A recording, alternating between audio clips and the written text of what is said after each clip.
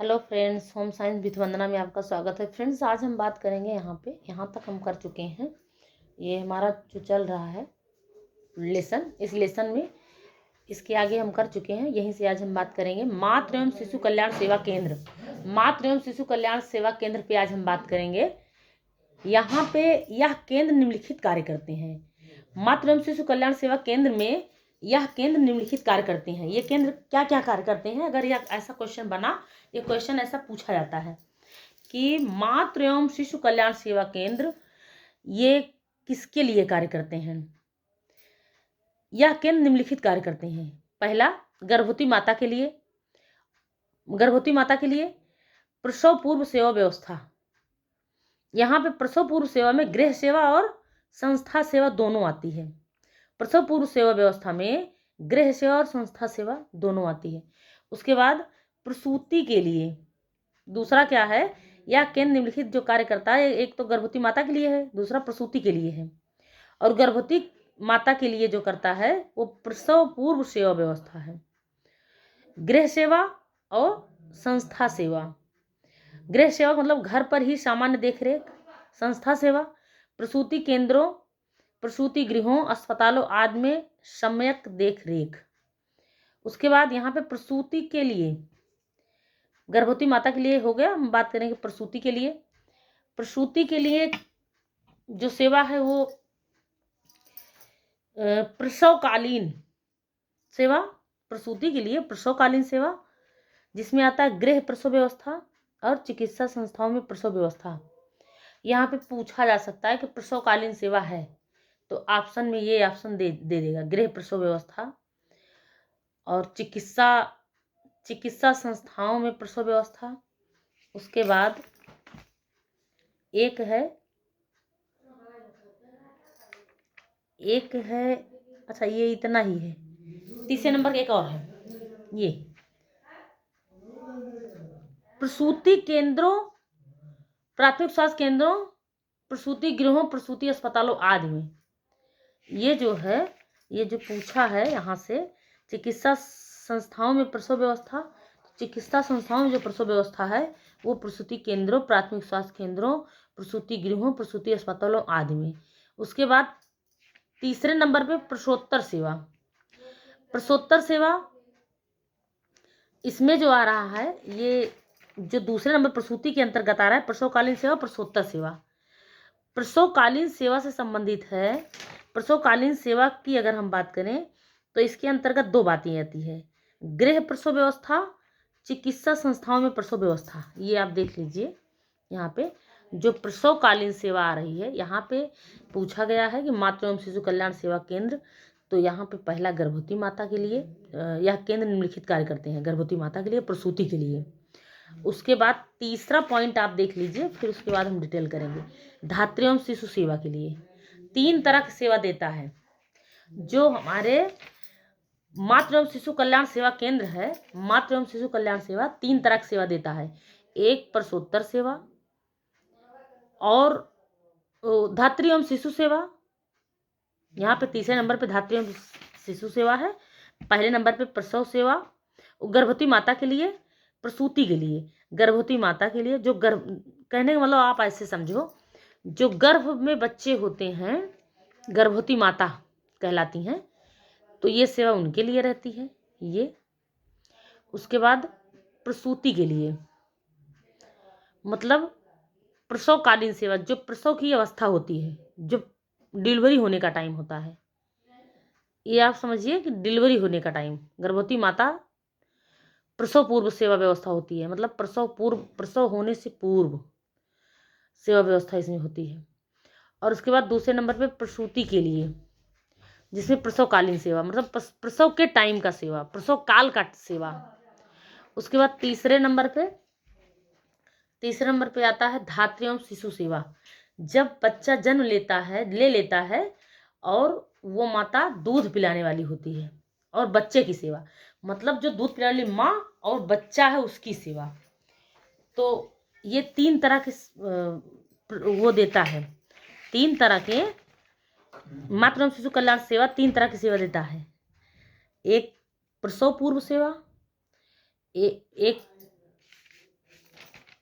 प्रसूति के लिए सेवा, प्रसव पूर्व, प्रसूति और धात्री एवं शिशु सेवा, 3 शब्द याद रखिएगा, ये तीनों बहुत इंपॉर्टेंट है। धात्री एवं शिशु सेवा में आता है घरों तथा विभिन्न संबंधित संस्थाओं में। ये घरों पर भी दिया जा सकता है, विभिन्न संबंधित संस्थाओं में भी दिया जा सकता है। अब हम बात करेंगे गर्भवती माता के लिए। गर्भवती माता के लिए जो है, जैसे यहाँ ये है, इसका डिटेल यहाँ दिया गया है। ये गर्भवती माता का, ये गर्भवती माता के लिए जो है इसका डिटेल पूरा दिया गया है, तो इसके बारे में बात करेंगे। गर्भवती माता के लिए यहाँ बात की गई है। ये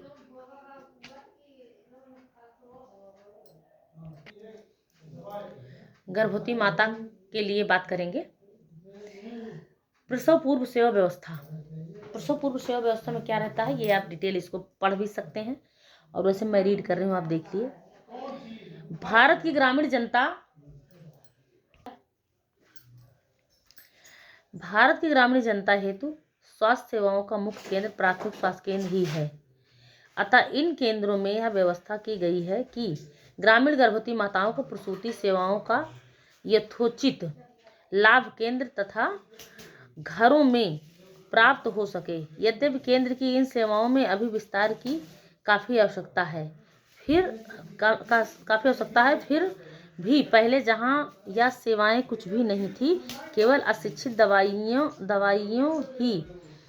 की ही स्वयंसेवी सेवा थी, उपलब्ध थी, स्वयंसेवी ही उपलब्ध थी, वहां आज जो भी केंद्रीय सेवा उपलब्ध है वह प्रशंसनीय है। निकट भविष्य में इन केंद्रों के विस्तार से इन सेवाओं में भी वांछित वृद्धि होगी। शहरी क्षेत्रों में प्रसूति केंद्रों, प्रसूति गृहों, प्रसूति अस्पतालों आदि के माध्यम से इन सेवाओं की अपेक्षाकृत अधिक उपलब्धि है, और शहरी महिलाएं अधिक जागरूक होने के कारण इन सेवाओं का पूरा लाभ भी उठाती हैं। तो ये था हमारा गर्भवती माता के लिए, इतनी बात हम देख लिए हैं। बाकी इसमें आप अच्छे से अगर इसको विस्तार करना चाहें तो ये विस्तार से इसको रीडिंग करना चाहे तो यहाँ पे आप इसको कर सकते हैं। ये देखिए, पाज करके इसको आप अच्छे से रीडिंग कर सकते हैं। यहाँ पे पूरी इसकी जो डिटेल में जानकारी दी गई है, इसको आप पढ़ना चाहे तो पढ़ सकते हैं, इसको आप पढ़ना चाहे तो पढ़ सकते हैं, क्योंकि पूरा डिटेल में बुक में दिया गया है। ये है गर्भवती माता के लिए। गर्भवती माता के लिए प्रसव पूर्व सेवा व्यवस्था, जो भी प्रसव पूर्व सेवा व्यवस्था दी जाती है गर्भवती माता को, वही सारी यहाँ पे इसको आप पास करके पढ़ सकते हैं, इसके बारे में नॉलेज ले सकते हैं। बाकी जहाँ आवश्यकता होगी कि बहुत ज़्यादा वो डिस्क्राइब करने की, उसकी जहाँ पे बहुत ज़्यादा आवश्यकता होगी इसका डिस्क्राइब करना है, वहाँ पे हम करेंगे। तो आगे देखते हैं, आप इसको पास करके पढ़ लीजिएगा। ये बुक इम्पॉर्टेंट है, इसीलिए मैं यहाँ इस चैनल पे डाल रही हूँ। कुछ लोग पूछ रहे थे कि बुक कहाँ से मिलेगी, कहाँ से लें, और इस बुक का डिटेल दीजिए, नाम बताइए। तो हम इसको पोस्ट कर दिए हैं, बुक का नाम डिटेल पोस्ट कर दिए हैं, पर ये बुक्स कोई जरूरी नहीं सब जगह मिल ही जाए। और ये ऐसी बुक है कि यहाँ से इस 21 में जो पेपर हुआ था, सन 2021 में पेपर जो हुआ था, यही इसी बुक से 6-7 क्वेश्चन बने हुए थे। 6-7 क्वेश्चन इसी बुक से ही आए थे। अभी मैं एक और दिखाऊंगी, इसी लेसन का ही है। वो प्रति मृत्यु दर जो निकाली जाती है, प्रति दर जो प्रतिशत निकाला था 1000 बच्चों में, यही इसी बुक से बना, वो भी क्वेश्चन इसी में है। वैसे मैं इस बुक का सारा जितने भी लेसन है, जितना भी पार्ट है, सारे का मैं प्रैक्टिस सेट डाल दी हूँ, सारे उसका प्रैक्टिस सेट में डाल दी हूँ। पर देख लीजिएगा, सारे प्रश्न इसमें आपको मिल जाएंगे। तो यहाँ पे ये जो बुक है, ये बुक इम्पॉर्टेंट है। तो ये यहाँ पे आप देख लीजिए, स्थायी सेवा के अंतर्गत गर्भवती माता के उक्त केंद्रों पर उपस्थित होने पर महिला चिकित्सा उसका पूर्ण विवरण लेखबद्ध करती है। यहाँ महिला चिकित्सा की बात की गई है। कहने का मतलब ये है, जो वहाँ पे प्राथमिक स्वास्थ्य केंद्र पे जो महिला चिकित्सक होती है, वो पूरी देखभाल गर्भवती माता के लिए जो भी गर्भवती माता की देखभाल करती है उसी संबंधित बातें हैं। ये आप देख लीजिए। इसी तरह ये इम्पॉर्टेंट ही है, ये इम्पॉर्टेंट है। और इसको आप देखिए, यहाँ पे जो ये लिखा है, ये है महिला का सामान्य स्वास्थ्य परीक्षण, गर्भ वृद्धि, गर्भ स्थिति, बच्चे की स्थिति, हृदय स्पंदन, प्रस्तुति, उसके बाद श्रोणिमिति आदि का परीक्षण किया जाता है और महिला के प्रसव व्यवस्था संबंधी विचार विनिमय और प्रबंधन किया जाता है। प्रसव पूर्व मातृ शिशु कल्याण केंद्र मुख्यतः निम्नलिखित सेवाएं सारांशतः प्रदान करते हैं। तो यहाँ पे आप इसको देख सकते हैं। ये जो महिला का जो परीक्षण होता है, यहाँ पे दिया गया महिला का सामान्य परीक्षण, ये महिलाओं की स्थिति देखी जाती है, स्पंदन प्रस्तुति देखी जाती है, क्या स्पंदन स्थिति कैसी है। उसके बाद श्रोणिमिति देखी जाती है। इन सबका ये हृदय का गर्भ वृद्धि, मतलब जो गर्भ में बच्चा पल रहा है वो कैसा है, गर्भ की स्थिति देखा जाता है। बच्चे की स्थिति, हृदय स्पंदन, बच्चे की कैसी स्थिति है और बच्चे के हृदय का स्पंदन कैसा है, हृदय के स्पंदन की प्रस्तुति कैसी है, श्रोणिमिति आदि का परीक्षण किया जाता है और महिला के प्रसव व्यवस्था संबंधी विचार विनिमय और प्रबंधन किया जाता है। ये सारी स्थितियाँ देखी जाती है कि बच्चे के गर्भ, माँ के गर्भ में जो बच्चा है उसकी क्या स्थिति है, उसका परीक्षण किया जाता है, जांच किया जाता है पूरी तरह से। उसके बाद अब हम यहाँ बात करेंगे जो निम्नलिखित सेवाएं जो प्रदान की जाती हैं वो कौन कौन सी हैं। पहला, प्रयोगशाला सुविधाओं की वृद्धि करना। उसके बाद दूसरा, अस्पतालों में प्रसव पूर्व बेड लगवाना। तीसरा, घर पर देख रेख के लिए सेवा के अवसर जैसे मिडवाइफ, स्वास्थ्य अधिकारी या सार्वजनिक स्वास्थ्य सेविका की घरेलू सेवाएं। यहाँ से क्वेश्चन पूछा जाता है, यहाँ से क्वेश्चन बना हुआ है। नर्स मिडवाइफ, ये क्वेश्चन आया हुआ है। जो देखभाल करती हैं वो नर्स मिडवाइफ होती हैं, तो ये क्वेश्चन बना हुआ है। या सार्वजनिक स्वास्थ्य सेविका की घरेलू सेवाएं हैं। उसके बाद चौथा पॉइंट बात करेंगे, क्लिनिक या प्रसूति केंद्रों के द्वारा स्वास्थ्य परीक्षण, परामर्श, अतिरिक्त पोषण की पूर्ति। चौथा पॉइंट ये है हमारा कि अतिरिक्त पोषण की पूर्ति। पांचवें पे बात करेंगे, शिक्षालय कक्षाओं तथा भाषणों को आयोजित करना, सामाजिक महिला मंडल आदि के द्वारा माताओं की देखभाल तथा शिक्षा व्यवस्था करना। इसके अंतर्गत निम्नलिखित जानकारी दी जाती है। तो ऐसे ही ये हमारा आ नंबर का है जो जानकारी दी जाती है। इसके अंतर्गत जो निम्नलिखित जानकारी दी जाती है वो कौन सा है, पोस्टर आदि के माध्यम से माताओं को, ये आ दिया है, आबासा करके है, तो यहाँ पे हम देखेंगे पोस्टर आदि के माध्यम से माता को यह बताना है कि उसे अपनी देखभाल कैसे करनी है। कुपोषण से शिशु को बचाने के लिए उसे क्या क्या भोजन लेना चाहिए, ये माताओं को सारी स्थिति से अवगत कराया जाता है और सुझाव दिया जाता, बताया जाता है। बच्चे के विकास के लिए उसे कैल्शियम या आयरन युक्त भोजन की आवश्यकता बताना, क्योंकि शिशु माता के शरीर से ही अपनी आवश्यकताएं पूरी करता है। क्योंकि ये हम बात कर रहे हैं गर्भवती माता के लिए, प्रसव पूर्व सेवा व्यवस्था की बात कर रहे हैं, तो ये सारी चीज़ें यहाँ आएगी, क्योंक't माँ के ही पोषण से बच्चे को पोषण मिलता है। तो ये सारी चीज़ें उस नर्स के द्वारा, उस मिडवाइफ के द्वारा इन महिलाओं को प्रसव पूर्व सेवा गर्भवती माता को जो दिया जाता है वो सारी सुविधाएं, ये सारी चीज़ें से अवगत कराना इसमें आता है।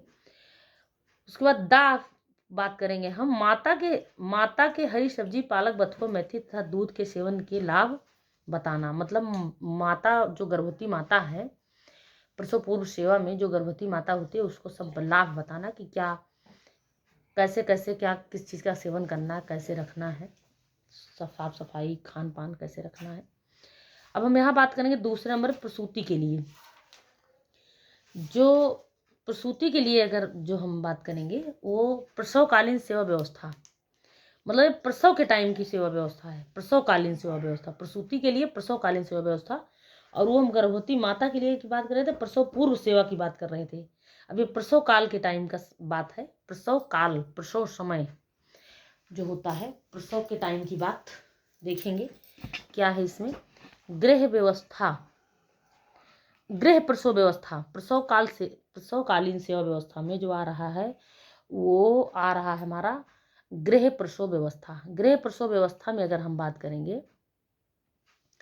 गृह प्रसव व्यवस्था की बात करेंगे, वैसे तो प्रसव व्यवस्था प्रसूति केंद्रों, प्रसूति गृहों, प्रसूति अस्पतालों आदि ही में करना श्रेयस्कर है, पर इन संस्थाओं में उपलब्ध शैय्याओं के अभाव में बहुधा गृह व्यवस्था भी करनी होती है। प्रसव पूर्व के नियमित परीक्षणों में इसका निर्णय कर लिया जाता है।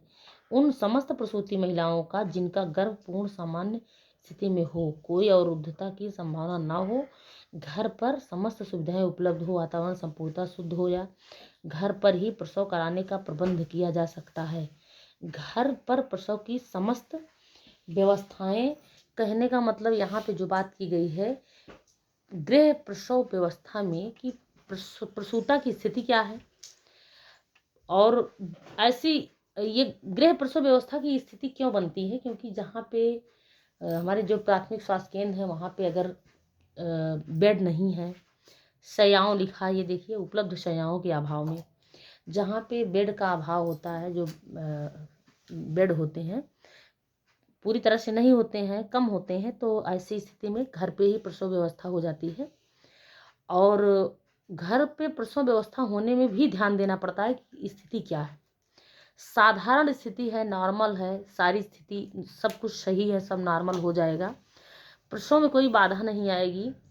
प्रसूति महिलाओं की स्थिति क्या है, जो सामान्य स्थिति में हो, कोई अरुधता ना हो और कोई समस्या ना उत्पन्न हो, कोई वहाँ का वातावरण शुद्ध हो, साफ सफाई हो, प्रसव कराने का प्रबंध किया जा सकता है, वहाँ पे उपलब्ध घर पे हो सकता है, पूरी चीज़ें संभव हो तो ही घर पे प्रसव कराना उचित है।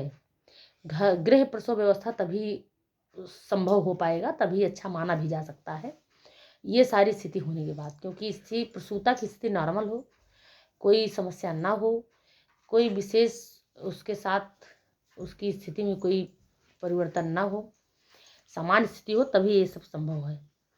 आगे हम बात करेंगे, इसमें भी डिटेल बहुत दिया है, आप बस इतना जानते रहिए कि जो गृह प्रसव व्यवस्था है वो सामान्य स्थिति में ही किया जा सकता है, और इसको कराने की ऐसी स्थिति क्यों आती है, क्योंकि जो हमारे प्राथमिक स्वास्थ्य केंद्र वहाँ पे बेड का अभाव है, वहाँ पे व्यवस्था के अभाव में घर पे ही सुविधाएं दी जाती हैं कि घर पे ही हो जाए तो ज़्यादा अच्छा है। देखेंगे तैयारी होने प्रसूति केंद्रों के प्रसूति गृहों या प्रसूति अस्पतालों से संबंधित health visitor, public health nurse अथवा मिडवाइफ को करनी होती है, जहां प्रसूता की प्रसव पूर्व देखरेख की गई हो। प्रसव के लिए घर में स्वच्छ हवादार एकांत कमरे का चुनाव किया जाता है। समस्त जानकारी वही दी गई है जो मैं बता रही हूँ कि सारे वातावरण अच्छा हो, शुद्ध हवा हो, साफ सफाई हो, ये सारी स्थिति निर्जीवाणुआत्मक हो, विसंक्रमण रसायनों की व्यवस्था की जाती है, विसंक्रमित किया जा सके, साफ सफाई, और आगंतुकों बच्चे की सम्यक देखभाल भी पूर्ण व्यवस्था की जाती है। मतलब जो बच्चा जन्म लेता है, जो बच्चा जन्म ले और उसकी पूरी देखभाल, पूरा उसका जांच वगैरह, आवश्यकता पड़ने पर संबंधित संस्थाओं से लेडी डॉक्टर को बुलाने की व्यवस्था की जाती है। तो घर पर अगर व्यवस्थित किया जाता है तो इन सब का भी देखभाल करने के लिए ये प्लानिंग हुई रहती है कि ऐसा ऐसा सब हो जाए, कोई समस्या ना आए। यहाँ पे आप इसको देख सकते हैं, शहरी क्षेत्रों में प्रति 100 प्रसव पर एक मिडवाइफ का होना जरूरी है। ये गृह प्रसव व्यवस्था में हेल्थ विजिटर, मिडवाइफ आदि की उपलब्धि यथेष्ट संख्या में होनी चाहिए। शहरी क्षेत्रों में प्रति 100 प्रसवों पर एक मिडवाइफ होना जरूरी है, जबकि ग्रामीण क्षेत्रों में गाँव के मध्य लंबे फासलों और आवागमन के सीमित साधनों के कारण और भी अधिक हेल्थ विजिटर या पब्लिक हेल्थ नर्स लगभग 200 प्रसवों पर 1 के अनुपात से होने चाहिए, क्योंकि यह अधिकांशतः प्रसव पूर्व तथा प्रसवोत्तर देखरेख का कार्य करती हैं और शिशु व छोटे बालकों के स्वास्थ्य संवर्धन तथा स्वास्थ्य संरक्षण का भी कार्य करती हैं। आवश्यकता अनुसार यह मिडवाइफ तथा दाई में प्रसवकालीन गृह सेवाओं का भी निरीक्षण करती हैं। कहने का मतलब यहाँ आवश्यकता पड़ने पर मिडवाइफ तथा दाई के प्रसवकालीन गृह सेवाओं का भी निरीक्षण करती हैं। ये जाके वहाँ की स्थिति भी देख लेती हैं पूरी तरह से। अब हम बात करेंगे यहाँ पे चिकित्सा संस्थाओं में प्रसव व्यवस्था। ये चिकित्सा संस्थाओं में प्रसव की व्यवस्था बात करेंगे। अभी यहाँ पे जो हम कर रहे थे गृह प्रसव व्यवस्था की बात हो रही थी, अब चिकित्सा स्वास्थ्य में प्रसव की व्यवस्था की बात करेंगे। प्रसव की संस्थाई व्यवस्था अनिवार्य रूप से उन प्रसूता महिलाओं हेतु करनी होती है जो प्रथम प्रसव में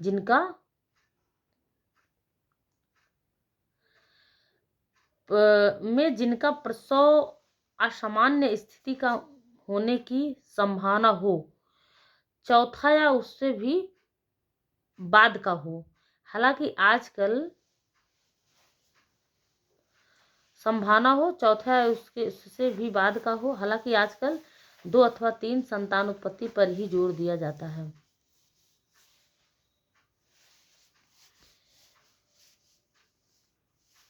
यहाँ पे प्रथम प्रसव और चौथा प्रसव की बात की जा रही है कि अगर ऐसी स्थिति है, वैसे तो आजकल 2 अथवा 3 संतानोत्पत्ति पर ही जोर दिया जाता है, जिनके घरों में प्रसव व्यवस्था की सम्यक सुविधा न हो और जो अस्पताल, प्रसूति केंद्र आदि में ही प्रसव कराना चाहते हों। प्रसूति केंद्रों, प्रसूति गृहों, अस्पतालों आदि में प्रसूता के लिए पहले से ही शय्या आरक्षण का प्रबंध करना होता है। कहने का मतलब यहाँ पे ये है कि अगर आपको चिकित्सा संस्थाओं में प्रसव व्यवस्था करानी है, जिनके यहाँ कोई व्यवस्था ना हो, समस्या हो, घर पे प्रसव गृह प्रसव व्यवस्था ना हो पाए, वहाँ पे संभव ना हो गृह प्रसव व्यवस्था हो पाना, तो ऐसी स्थिति में आपको चिकित्सा संस्थाओं में जो प्रसव कराना हो वहाँ पे पहले से ही आपको सूचित करना होगा, बेड बिस्तर की व्यवस्था करानी होगी, सारी जो है वहाँ पे आपको सूचना देनी होगी, तब आप ऐसा करवा सकते हो। तो यहाँ पे पूरा ये दिया गया है, इसको आप पास करके अपने अनुसार पढ़ लीजिएगा डिटेल में। है तो बहुत इम्पोर्टेंट, क्योंकि क्वेश्चन कुछ भी बन सकता है, कुछ भी पूछा जा सकता है। अब यहाँ पे जो ये मातृ एवं शिशु कल्याण केंद्र की बात की गई है, इससे थोड़ा सा हम बात करेंगे। हाँ, इस पे देखेंगे क्या है ये मातृ एवं शिशु कल्याण केंद्र। मातृ एवं शिशु कल्याण केंद्र की बात करेंगे। प्रसवकालीन सेवा के अंतर्गत सारांशतः निम्नलिखित सेवाएं प्रदान करते हैं: प्रशिक्षित दाई के द्वारा घर पर प्रसव के लिए प्रबंध कराना, संस्थात्मक सेवा, अस्पताल, प्रसूति गृह आदि, परिवहन व प्रसूता के घरों से अस्पताल में स्थानांतरण की सुविधाएं, समय से पहले जनित या उप परिपक्व बच्चों की देखभाल के लिए विशेष शिशु इकाइयों का आयोजन करना। उसके बाद 5वें नंबर पे प्रयोगशाला सुविधाएं, जिससे रक्तदान सेवाएं तथा कुशल दक्ष डॉक्टरों की सेवाएं उपलब्ध हो। तो यहाँ पे मातृ एवं शिशु कल्याण केंद्र से संबंधित ये है कि जो माता और शिशु के कल्याण के लिए जो केंद्र हैं, उन केंद्रों पे प्रसव सेवा के अंतर्गत सारांशतः निम्नलिखित जो बातें आ रही हैं, वो प्रशिक्षित दाई के द्वारा घर पर प्रसव के लिए प्रबंध करना, मतलब इसी के माध्यम से जो घर में प्रबंध होगा वो इन्हीं के माध्यम से होगा। उसके बाद संस्थात्मक सेवा, अस्पताल, प्रसूति गृह आदि, जो संस्था होगा वो अस्पताल भी होगा, प्रसूति गृह भी हो सकता है, संस्था भी हो सकता है, संस्था सेवा। उसके बाद परिवहन और प्रसूता के घर में अस्पताल में स्थानांतरण की सुविधाएं। परिवहन प्रसूता के घर में मतलब अस्पताल जाने आने की सुविधाएं हो, स्थानांतरण करने के लिए एक स्थान दूसरे स्थान ले जाने पहुंचाने के लिए व्यवस्था होनी चाहिए। समय से पहले जनित या उप परिपक्व बच्चों की देखभाल के लिए विशेष शिशु इकाइयों का आयोजन करना।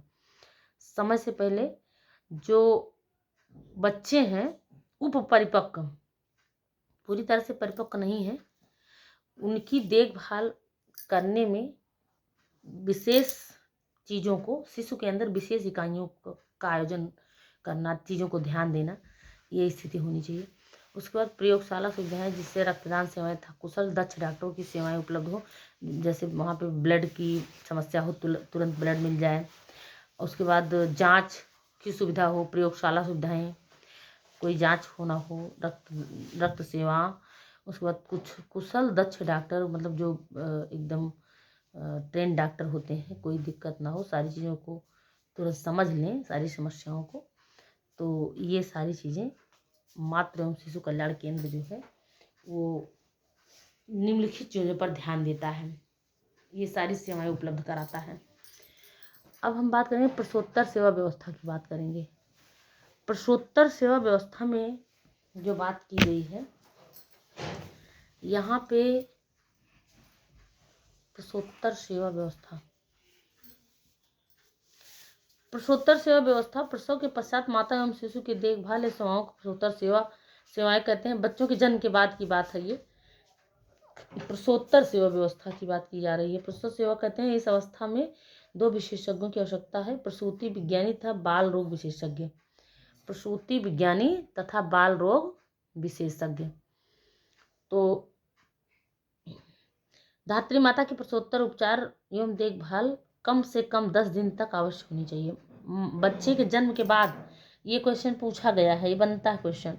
धात्री माता के प्रसूतर उपचार के बाद कितने दिन देखभाल की आवश्यकता होती है, तो यहाँ पर लिखा गया कम से कम 10 दिन तक अवश्य होनी चाहिए। यदि महिला को इस अवधि तक अस्पताल आदि प्रसूति संस्था में रखा जा सके तो अत्यंत उत्तम है।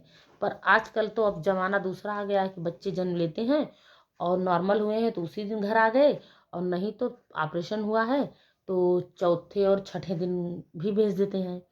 तो पर इतना दिन अगर देखभाल हो जाए, संभव हो, तो ज़्यादा अच्छा उत्तम होता है।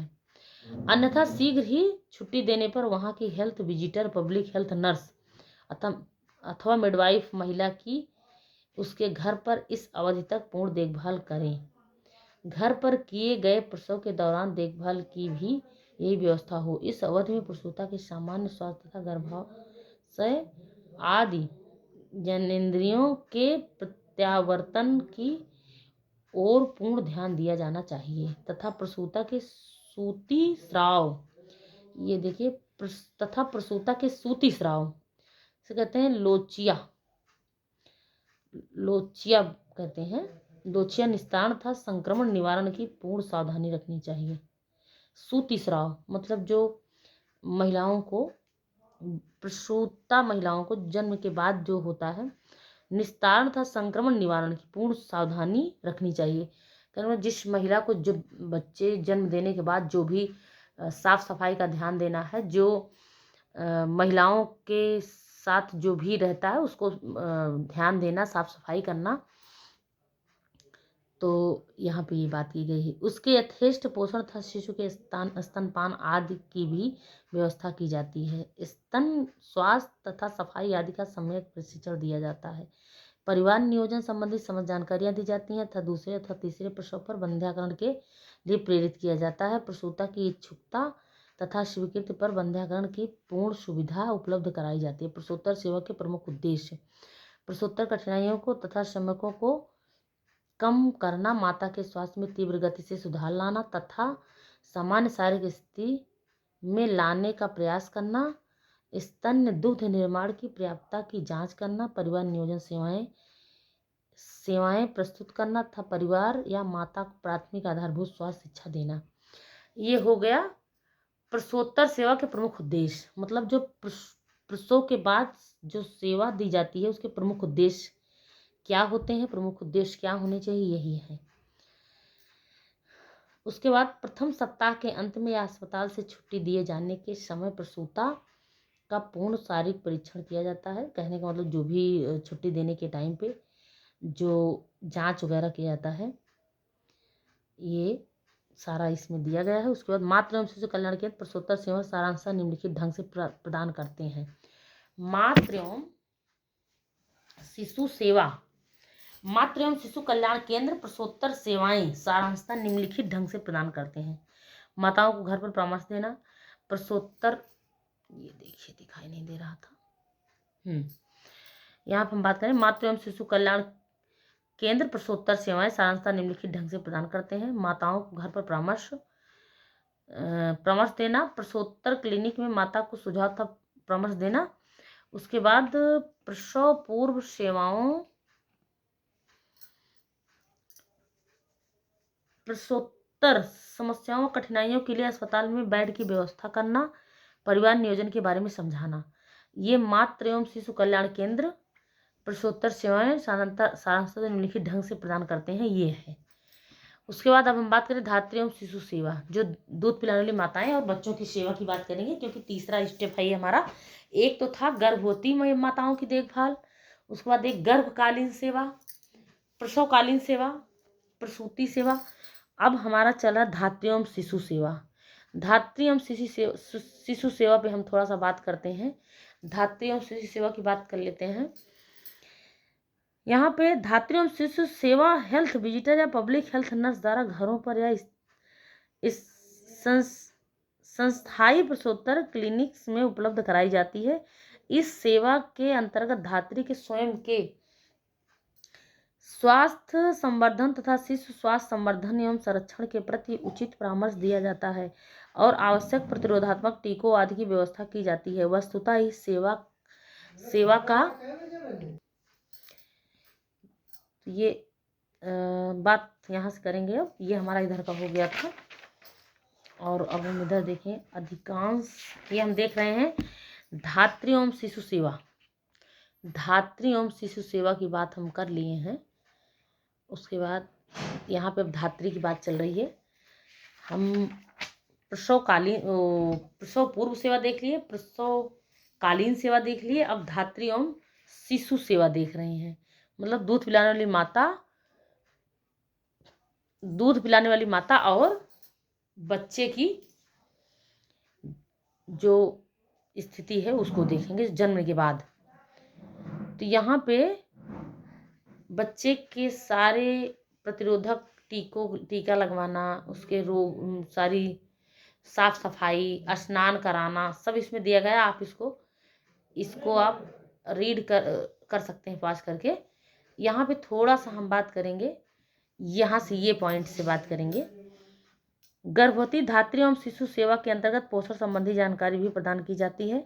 धात्री को दैनिक आहार में सामान्यतः किन किन भोज्य पदार्थों की कितनी मात्रा में आवश्यकता होती है और कितनी कैलोरीज की आवश्यकता होती है, यह केवल इतना ही कह देना पर्याप्त होगा कि चूंकि धात्री बच्चे को लगभग 6 से 9 माह तक स्तनपान कराती हैं, अतः उसे पर्याप्त मात्रा में दूध उत्पत्ति होती है। उत्तम प्रोटीन जिसमें समस्त आवश्यक एमिनो एसिड मिलते रहते हैं की आवश्यकता होती है। प्रोटीन की सामान्यतः दैनिक मात्रा लगभग 65 ग्राम की होनी चाहिए, जिसे दूध, दही, मिश्रित अनाज तथा दालों से और मांस। तो कहने का मतलब यहाँ RDA की बात की गई है, तो वो जो दिया जाएगा धात्री माता के लिए कितना, तो वो वहाँ का एवरेज माना जाएगा, इसमें नहीं माना जाएगा। बस इतना जानते रहिए आप कि माताओं को प्रोटीन माताओं को सारे पोषक तत्व दूध पिलाने, दूध पान कराने के टाइम पे भी माताओं की सारी देखभाल, सारा कुछ दिया जाएगा, खाने पीने की व्यवस्था, देखभाल सब की जाएगी। तो ये आप देख लीजिए,